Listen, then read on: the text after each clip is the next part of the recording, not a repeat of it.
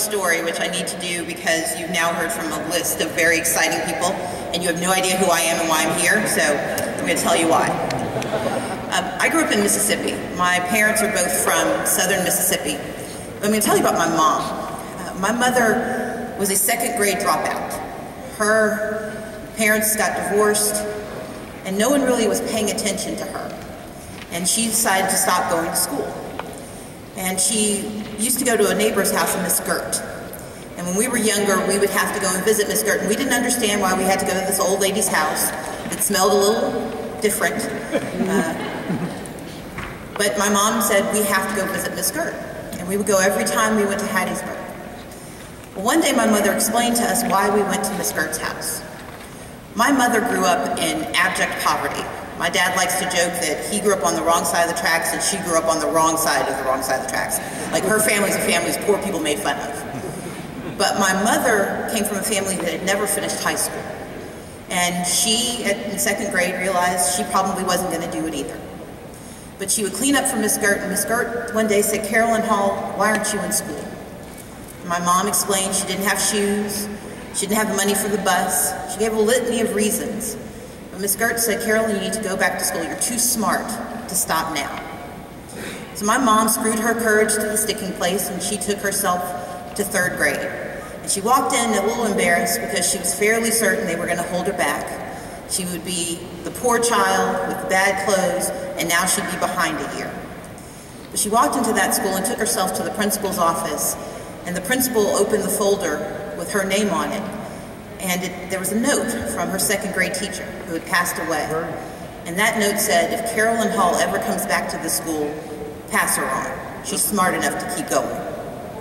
And for that reason, my mother not only went back to third grade, but she graduated as a valedictorian from her high school, went to college, went to graduate school, and went to graduate school again.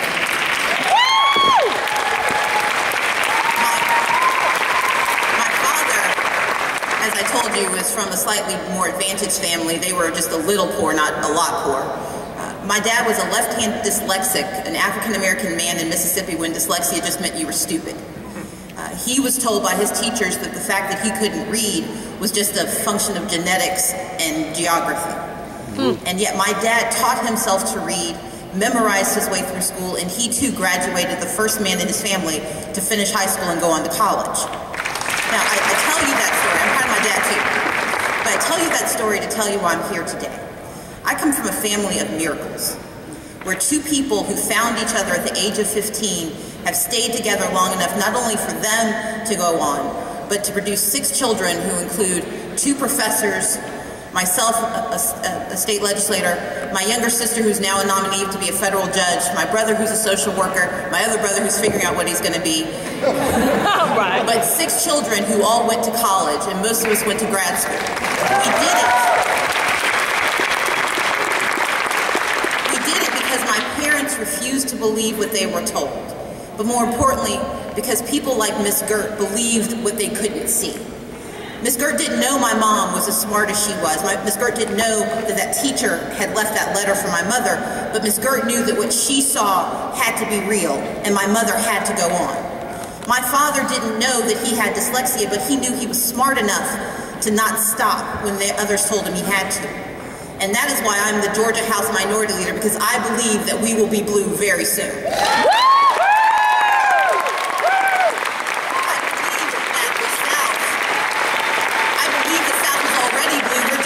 Confused about it. Yeah. But that the more we keep talking and the more we do, the more we understand what you all have seen for a while. This is a progressive nation.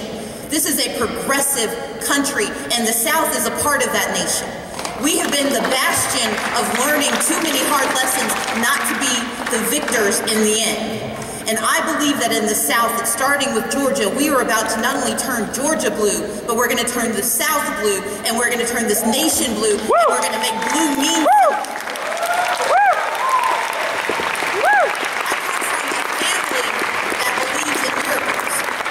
something. What my parents did, my mom became a librarian and my dad became a dock worker who eventually worked his way up as a longshoreman, hurt himself, and when my parents had to figure out what they were going to do with their lives next, my parents became ministers.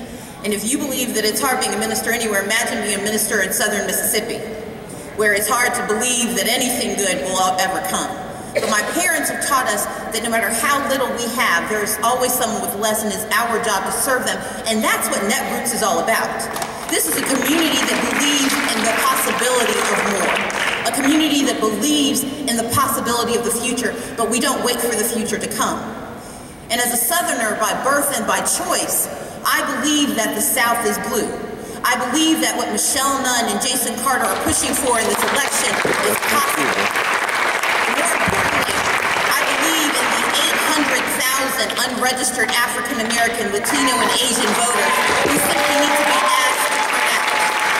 I believe in the 1.7 million unregistered women and young people who just need us to say, show up. I believe that it is not right for us to assume that we are lost simply because of our past.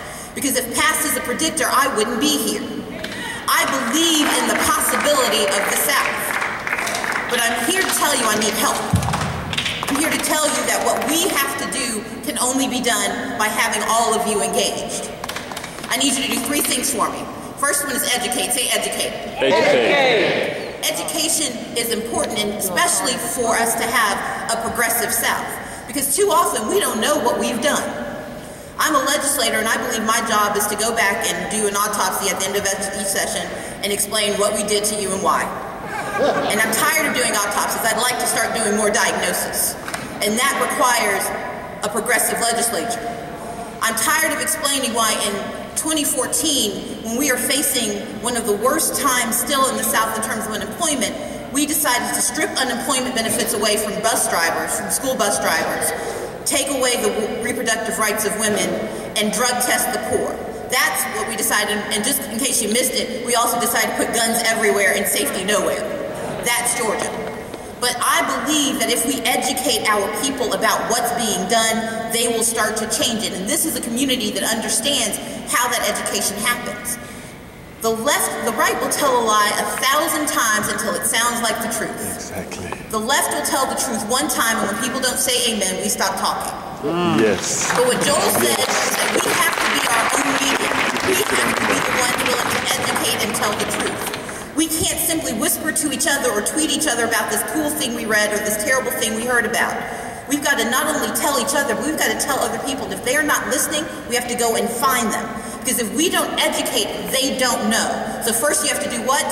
Educate. Okay, I'm the daughter of ministers. You got to do better than that. You got to do what? Educate. The second thing I need you to do is activate. Say activate. Activate. Once we have educated, once we've explained what they've done, we have to explain what to do to them. We spend too much time being the experimented upon instead of the ones in the laboratory. We have to be willing to activate people and get them to turn out to vote. When I look at this room, I think of the diversity that exists here as compared to their conferences. And on their side, it doesn't look like America. It looks like a really, really small part of Utah. This room looks like America. And if we're willing to activate ourselves from the top to the bottom, across the spectrum of color, we start to change. So what are we going to do? Activate! And the third thing we need to do is agitate. Say agitate. Agitate! I knew that would be your favorite one. Y'all were loud. Oh, yeah. If you educate, if you explain what has been done, and you activate, you explain what needs to be done, tell them what's been done to them, and tell them how to do something about it. When we don't behave, when politicians lie to you and show up and tell you nice stories and don't do their job, we have to agitate. We have to push back and demand better, and we have to get rid of them if they won't do their jobs. I'm an elected official. I was hired to do this, and if I don't do my job, I deserve to be fired. It is activation, agitation that fires me. It is going to those polls and not just picking the people you want, but getting rid of the people you don't like. We have to start firing people in the United States and firing people in Georgia, and we intend to begin this year in Georgia firing as many politicians as possible and hiring the right folks. So I need you to do 3 things for me. I need you to first do what? Educate! Educate! Educate! And now I will vacate. Thank you.